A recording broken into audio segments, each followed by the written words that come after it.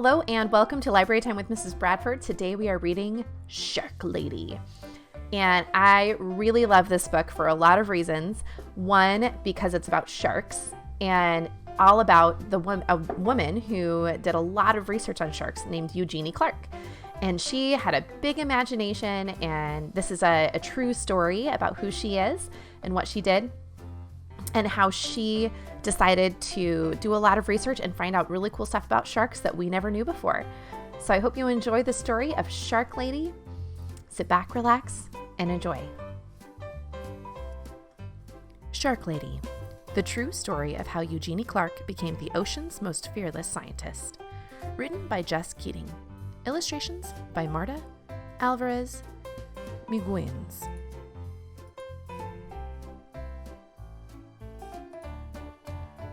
It was Saturday, and Eugenie wanted to stay at the aquarium forever. She wanted to smell the damp, salty air and stare at the glittery rainbow fish. She wanted to keep watching her favorite animals, the sharks. Eugenie pretended she was walking on the bottom of the sea. What would it be like to swim with her sharks, to breathe underwater with gills of her own?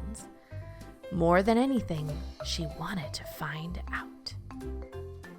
When the summer came, Eugenie's mother took her to swim at the beach in Atlantic City. Stuffing sticky gum into her ears to keep the water out, Eugenie dove down, down, down. The salt stung her eyes, but she didn't want to miss a single fish. Constellations of sea stars speckled the pebbled sand. She imagined a silvery fin standing along her back, slicing through the ocean current. To others, sharks were ugly and scary, but Eugenie knew they were beautiful. As she glided through the cool water, she wished everyone could see the sharks through her eyes. But the sharks were only in her mind for now. Eugenie decided to learn everything she could about them. So she dove. This time into books. Whale sharks, nurse sharks, tiger sharks, lemon sharks. Eugenie wanted to know about them all. She also joined the Queens County Aquarium Society as its youngest member. Eugenie's notebook filled with sharks. They swam in her daydreams and on the margins of her paper. At home, Eugenie's mother surprised her with an aquarium of her own. A 15-gallon tank was much too small for sharks, but Eugenie saved her allowance to buy guppies, clownfish, and coral red snails. It felt as big as an ocean in her room. Their small apartment became an aquarium, a laboratory, and a sanctuary. As she grew older, many were still telling Eugenie what to do. Forget those sharks, be a secretary, be a housewife.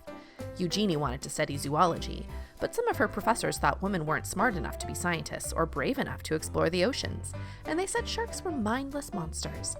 Eugenie knew better. Her dream was as big as a white shark. So again, Eugenie dove. She plunged into every course she could. Her laboratory became her home. From sunrise to sunset, she studied how fish grow, how they behave, and how they were put together, both inside and out.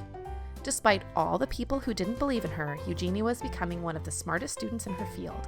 Even after she earned her degree, many still doubted her. But Eugenie's work was just beginning. Eager to make discoveries of her own, Eugenie finally dove into the open ocean. In the Red Sea, Eugenie collected hundreds of fish, including 3 new species that had not been discovered before. Red Sea sand diver, Xenia pipefish, volcano tripplefin. On a research mission exploring the Palau Islands, Eugenie was diving alone when she encountered her first ever wild shark. She wasn't afraid. Instead, she thought it was beautiful. In Isla Mujeres, she dispelled the myth that sharks must keep moving to stay alive when she swam through dark caves, still and silent, full of resting sharks. Eugenie's daring heart grew bolder with each dive. Soon they began to call her Shark Lady. Eugenie had proven she was smart enough to be a scientist and brave enough to explore the oceans. As her courage grew, she began to love and understand her beloved sharks more and more. But she never forgot many still believed that sharks were mindless killers. Because of their scary reputation, humans were hunting sharks all over the world. Eugenie knew that sharks weren't stupid or mean. She was determined to prove everyone wrong. Eugenie fished through her mind and devised a brilliant experiment. Could she train a shark the way a person trains a dog? Were sharks much smarter than anyone knew? They were. Eugenie was the first scientist in the world to train sharks and even learned they could remember their training for at least 2 months after. Sharks were not mindless killers. Sharks were beautiful. Sharks were smart. They deserved to be studied, protected, and loved. And Eugenie's dream was now a dream come true. Shark bites. Dangerous monsters? No way. There are over 400 species of shark, and these, only about a dozen, are known to be dangerous to humans, and encounters are extremely rare. The truth is, despite their fearsome reputations, humans are much more dangerous to sharks than they are to us. Every year, humans kill more than 100 million sharks.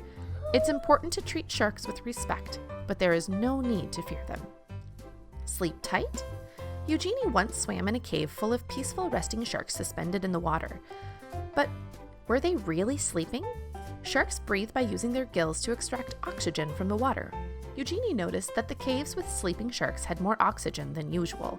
She believed that this extra oxygen would make it easier for motionless sharks to breathe, so they didn't need to swim to pass water over their gills. Before confirming this discovery, most believed that sharks had to keep moving to stay alive. No toothbrush here. Sharks have impressive teeth, arranged in rows along their gums. These teeth are constantly being grown and move forward in their mouths like a conveyor belt. Was Eugenie afraid of sharks because of their sharp teeth? No way!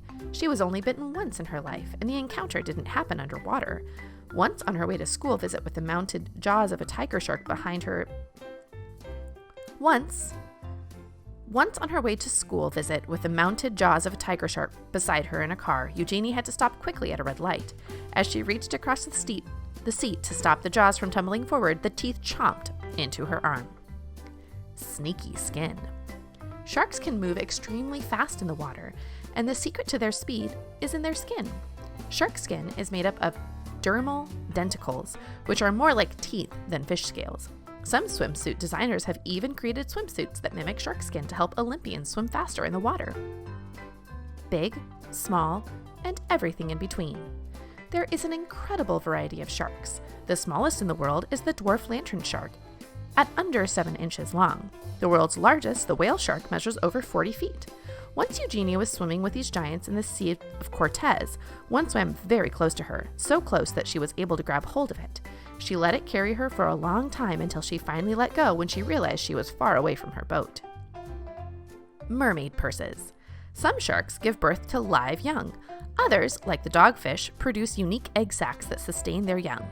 These leathery sacs are known as mermaid purses, and they provide the young shark embryo with a safe place to grow.